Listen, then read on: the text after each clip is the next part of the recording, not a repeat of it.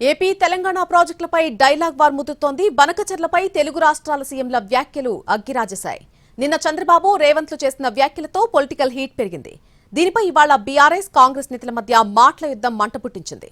ఇద్దరు సీఎంలు చేసిన వ్యాఖ్యలు పరస్పర అవగాహనతో చేసినవని మాజీ మంత్రి జగదీష్ రెడ్డి ఆరోపించారు.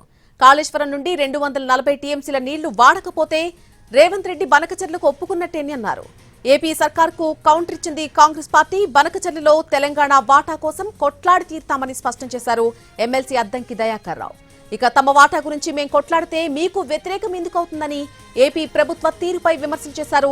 తెలంగాణ ప్రభుత్వాన్ని బద్నాం చేసే ప్రయత్నం ఏపీ ప్రభుత్వం చేస్తుందని ఆరోపించారు అద్దంకి దయాకర్. తెలుగు రాష్ట్రాల మధ్య బనకచెర్లపై రగడ కంటిన్యూ అవుతూనే ఉంది. ముఖ్యమంత్రుల స్వాతంత్ర దినోత్సవ స్పీచ్ లో కూడా ఇదే మెయిన్ టాపిక్ అయింది. బనకచెర్లపై ఎవ్వరూ అభ్యంతరం చెప్పాల్సిన అవసరం లేదని ఏపీ సీఎం చంద్రబాబు అన్నారు. ఏ రాష్ట్ర నీటి ప్రయోజనాలకు కూడా నష్టం కలగదని చంద్రబాబు అంటే తెలంగాణ అవసరాలు తీరాకే ఇతర రాష్ట్రాలకు నీరిస్తామన్నారు రేవంత్ రెడ్డి. కృష్ణా గోదావరిలో తమ వాటా నీటిని సాధించుకుంటామని చెప్పారు ఆయన. బనకచెర్లను ఎట్టి పరిస్థితుల్లోనూ అంగీకరించేది లేదని తెలంగాణ సర్కార్ ఇప్పటికే స్పష్టం చేసింది. బనకచెర్ల రాయలసీమ లిఫ్ట్ ఇరిగేషన్ ప్రాజెక్టులపై ముందుకెళ్తే పోరాటం తప్పదని ఏపీ ప్రభుత్వాన్ని హెచ్చరించింది. సముద్రంలోకి వృధాగా పోయే నీటితో బనకచెర్ల కడితే తప్పేంటి అని ఏపీ సర్కార్ చేసినటువంటి కామెంట్లను తెలంగాణ కాంగ్రెస్ నేతలు ఎప్పటికప్పుడు తిప్పికొడుతూనే ఉన్నారు.